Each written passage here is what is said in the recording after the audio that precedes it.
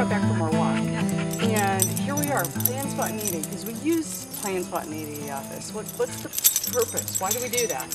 You know, it's interesting. That is a term I came up with. That's actually my term, and I started using it about 6, maybe 7 years ago when in seminars, and I'm going to use that as an example, and we'll take it to the practice. When in seminars, I'd have all these people ask me things at different times, and now it's predictable. I mean, the same audiences, when I do a particular program, a lot of times ask the same question. Now, it's planned that I'll talk about cancellations during the seminar. It's planned that I'm going to talk about how to engage the patient in the seminar. But the planned spontaneity is, I plan to do it, I'll spontaneously do it when the audience needs it. It's the same way that it works in the practice. It's the same way, we have several modules we're going to tape today. Yes. And thank goodness, in the 101 heat, we're going to tape most of them at the practice. But this was hey, it's out here, the light's great, we're both enjoying our morning, let's do it now. So we planned to cover this segment. Yes. But it was spontaneous to do it now because it's right, this is life and we use things like that. In the practice, you know, there are certain things that I plan to share with patients about whatever treatment it is that Dr. Majors prescribes or any practice that we go in. I plan to talk about these things, but I will spontaneously say it when it's queued up by a patient's question. So you have to really learn to listen to be able to use plant and spontaneity in a way that matters. Here's for an example. So tell me how we So I have a patient who says, I'm 65 years old and I can't afford that. And so they have terminal dentition, they don't have a lot of teeth, they've worn their teeth down, and really what they need is some sort of a total mouth restoration with some sort of hybrid. So implant supported prosthetics. Well, you know, somebody like that who starts the conversation in, I'm 65 years old and I can't afford it, or I'm 70 and I can't afford it, I'm retired, I'm on Social Security, whatever they say, you know, that's their perception of where they are. So although I plan a lot of times to talk about the aging population, spontaneously I'll say, you know what, let me share something with you. And I'll turn to a particular cabinet we have in the practice and I'll open it, and I've got a note card, a little 3x5 note card, where I've written down the actual data from the American Actuarial Society. And I'll pull it out and say, look, this is some stuff I just learned recently, Miss Patient. The American Actuarial Society says the average healthy 65-year-old, that means not diagnosed with a terminal disease. And you're 70, have you ever been diagnosed with a terminal disease? The patient says no. You need to read the medical history before you do this. This is an example. So anyway, I look back at it and I say, okay, so it says the average 65-year-old today, 40% of those women are going to live to be 90.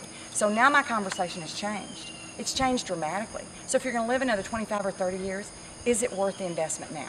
Because everything you do in retirement, so many of the things you do in retirement, revolve around what? And I just ask the patient questions. What does it revolve around? Grandkids. Okay, what do you do with your grandkids? Well, we travel, we have meals.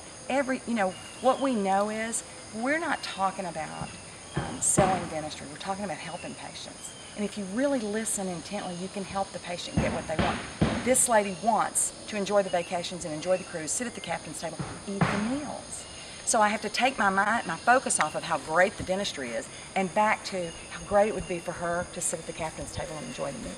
So when you're talking about planned spontaneity, there are many places to use it, but how would the team know places, how would they know places to use this? Well, I think, you know, there are a lot of places to use it. It's not familiar. It's like anything we do new. You have to start thinking. You have to have your radar up, right? You have to have your radar up and start thinking about what is the knowledge that I have? First of all, they have to have the knowledge. I mean, you know, how many of them don't know that you lose, 10 times more bone the first year when you lose a tooth than the following years? Well, if you know that fact, what I do is I listen to you, and when you say, I'm just going to wait a couple of years before I do the implants, I can now use what I know spontaneously. Planned spontaneity. For instance, you know, in the seminars, we have so many people, when we do these programs, we have so many people say, how do I connect? What's next? That now I've gotten where somewhere during the day, I mean, you've seen me do it, I talk about our coaching. I don't wait for it to come up. It's planned, I'll talk about it, but spontaneously, I'll talk about it when there's a question asked or something that we can make a difference in. Somebody will say, you know, how do you get your schedule to that? How do you do those big blocks of time when you've got 2 hygienists or 3 hygienists? And I'll say to you, Melinda, or I'll say to Keith, whoever's with us at that particular program, I'll turn to you and say, you know, this would be a great time for them to plug into the particular coaching, the phone coaching on XYZ. It's planned that I know those things, but it's spontaneous when I give the information. So, and then the patients appreciate it coming from these team members. It's so valuable. I cannot express to you how valuable it is, team members, for you to own this material and be part of what really happens. The end result, you're really part of it, because you tee the doctor up.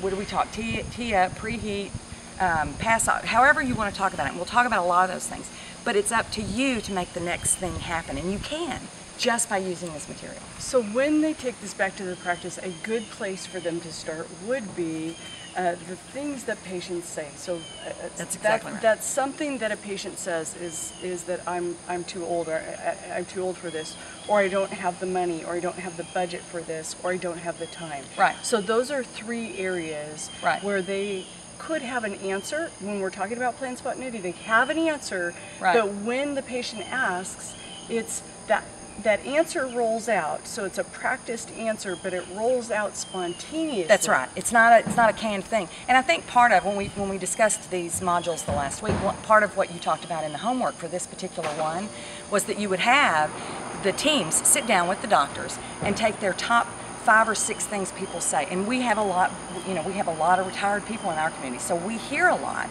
I'm 65 or I'm 70 and I can't afford that. Depending on the geography, and you've got clients all over, so you know how this works. Different people hear different things. When, like, you think about up in Michigan and Detroit, I had clients there and you've had clients there. So what happens is, you don't understand with the auto industry, I lost my insurance. What we know is, that's what I've got to have something planned that I know that I can spontaneously use when the patient needs it. So I think you're going to have them take their top 5, questions, and then develop these answers, and then that's how they use it. They practice them. They know, and it's not about. We talk about this a lot. The key thing is team members don't get caught up in somebody who says, "This is the book. Open the book. This is what you say." That's really not cool for ladies. Don't like that. We really don't like feeling like we take advantage of somebody or we worked somebody. We really like being able to be honest and authentic. So if you know your material, you honestly can share truth. It's not canned. One of the things you'll find different in some of the programs that we do, and a lot of the programs that are out there, is we're real people really in dentistry. I mean, that's our tagline. We're real people really in dentistry. I really have 2 hours off this morning. I don't normally do that. So it's interesting when you can pick up the information with a whole different mindset, and the mindset is, this is something I can really use, not just in the practice, but in life. I mean, you've seen, I use these systems everywhere. Yeah. Final product. So an example of planned spontaneity, for instance, might be a situation where, like, the hygienist knows when Chuck comes in and it's a new patient, or even if we have a new patient consult that I see and I'm kind of doing the fact finding and I'm going over some things and I get a chance to ask them some questions, talk a little bit about Dr. Majors before he comes in. One of the things that I like about the planned spontaneity is it's very spontaneous and it makes people feel listened to or included. But it's something you pretty much plan to say because it has a predictable outcome. So for my husband, one of the greatest things he does, and he does it so authentic every time he does it, but the women know, when he walks in and it's a new patient, he'll make the introduction, they'll do a little over here, and you'll learn more about kind of what happens before that. But in a moment, to connect with that patient, he almost always says, Keith, where'd you grow up? Think about that. It's not a yes or a no question, and all of a sudden now it's about me. The patient, it's about me. And it's an unusual question for a doctor to ask a patient. Why? Because why do you want to know that much? Why would you even want to know that? Because he wants to connect and he's only got a short amount of time to connect. When he says, where'd you grow up? You get all kinds of answers. Well, I didn't grow up here. Really? Where'd you grow up? And so, or I grew up in this county. I've never left this county. Whatever it is, it becomes about them, and everything after that moment, the focus is on them. So it's planned generally. That's the way he likes to connect with patients. But it's very spontaneous because he'll look through the record, the hygienist will share some information, I'll share some information, one of the assistants will share information. He's flipping through it, and he just turns, and he just, in a very authentic way, says, Keith, where'd you grow up? And for that moment, the patient knows it's all about them. Because in the end, isn't it really about the patient? So the valuable final product, if you will, about the planned spontaneity is that although you planned to do it, it looks spontaneous, and as long as you're really listening to the response that you get, there's nothing better to make an immediate connection in an authentic way. I hope you'll use it.